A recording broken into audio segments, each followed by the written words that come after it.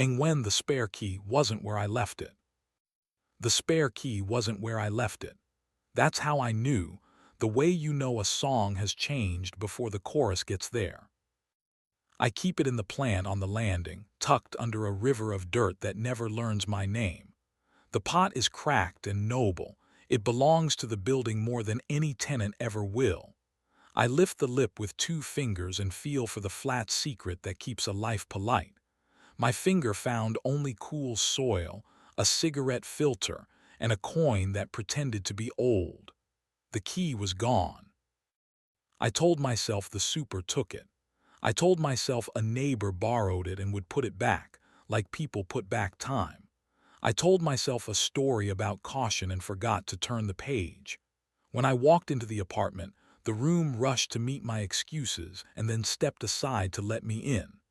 The air smelled like citrus pretending to be rain. On the counter, a glass sweated honestly, water rings rehearsing the choreography of guilt. I said her name and it sounded like a password. She said, "In here," and her voice did the thing voices do when they have already forgiven themselves. We were practicing good. On Sundays, I iron pillowcases because flat cotton feels like a promise heat can keep. She sleeps with her palm on my ribs like she is taking attendance of my breath. We taught the too narrow balcony to forgive us by taking turns and calling it dancing. When it rains after midnight, we crack the window and let the city wash its face while we wash each other's. Her knee hooks behind my thigh like a knot sailor's trust, and my mouth finds that nickel-bright coin beneath her collarbone, where breath confesses it wants to be flame. The apartment smells like basil, soap, and the future being patient. I write these sentences to keep the good in one place long enough to look at it. Her hair was up and new. She started showering in the dark, telling the mirror she had a migraine, letting steam write the alibi. She turned from the sink and smiled with her lips, not with her teeth. "You scared me," she lied. "The key is missing," I said. The plant dirt on my finger drew a line on the doorway when I touched it. She followed my hand like the room did.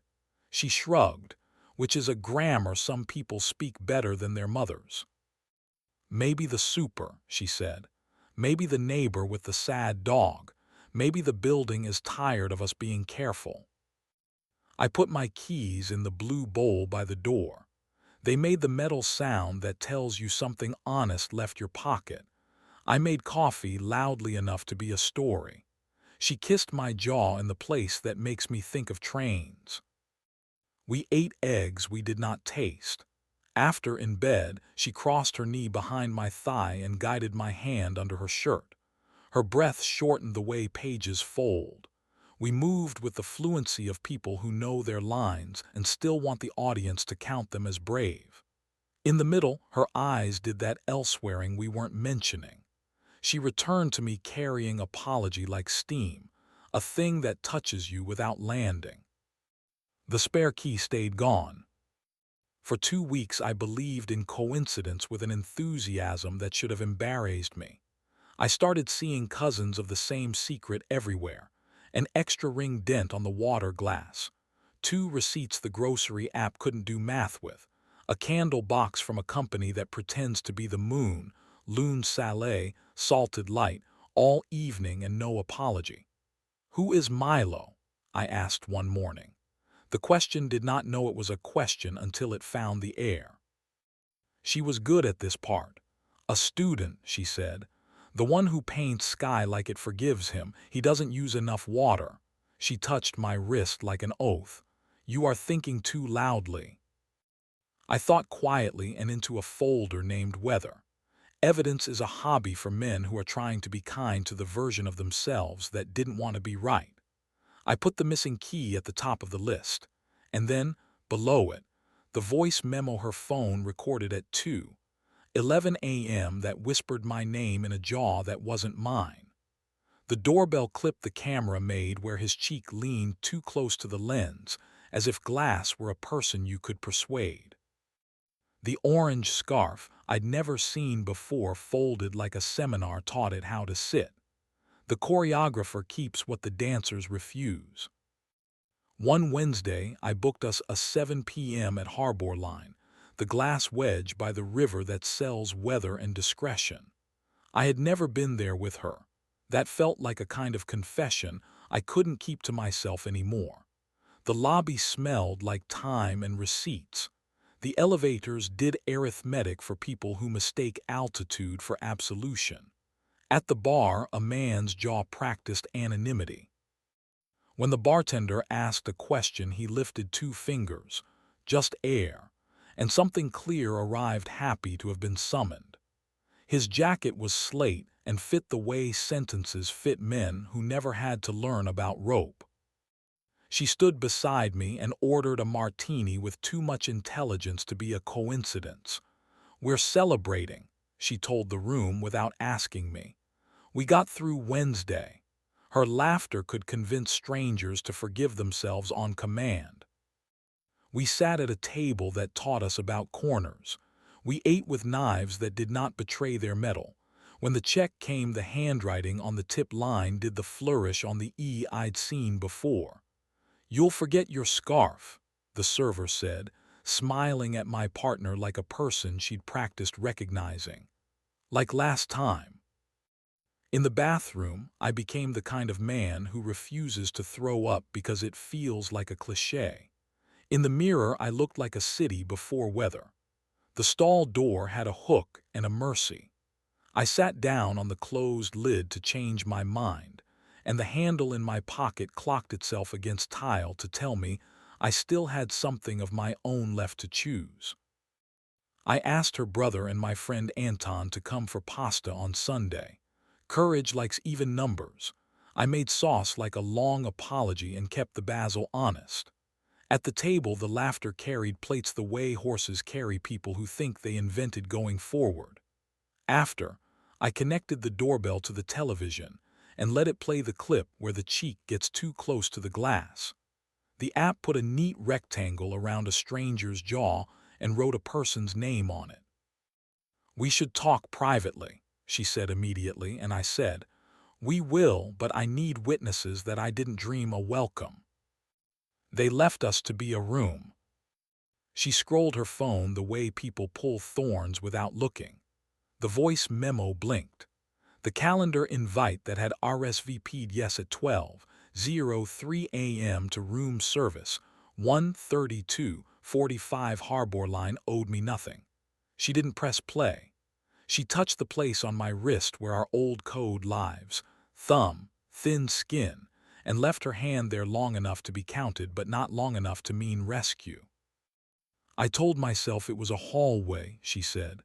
Somewhere I could stand without a tour guide. I liked the echo. "Is he married?" I asked, because sometimes bureaucracy is the only grammar left. "Separating," she said. "A son, 8.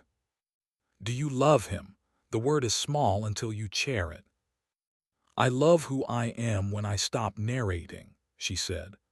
"With you I started describing myself from outside, like I owed footnotes to every heat."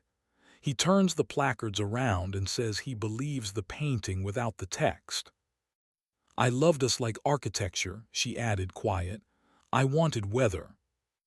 "We're going to separate," I said, and the sentence was a key you throw into a fountain so it doesn't go interesting places anymore. She nodded, and the hinge between her collarbones loosened with a relief I will not rebrand as cruelty. "Do you want me to go now?" she asked. "I want the plan to keep its secrets," I said.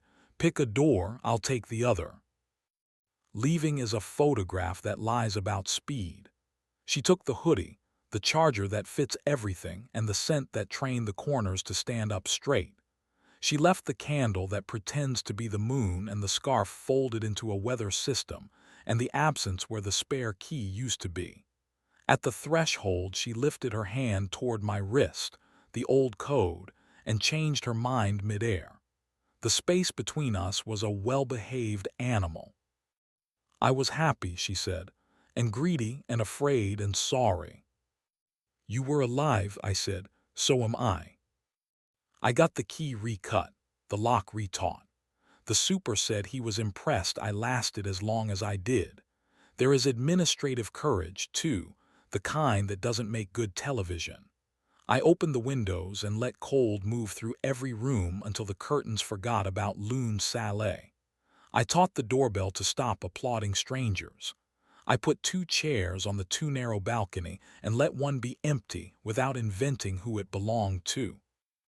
Because endings itch, I walked downstairs a week later and checked the plant. The coin pretending to be old had sunk farther into the dirt. I dug up a new secret, a small square of paper wrapped in plastic, a note that had forgotten it belonged to words.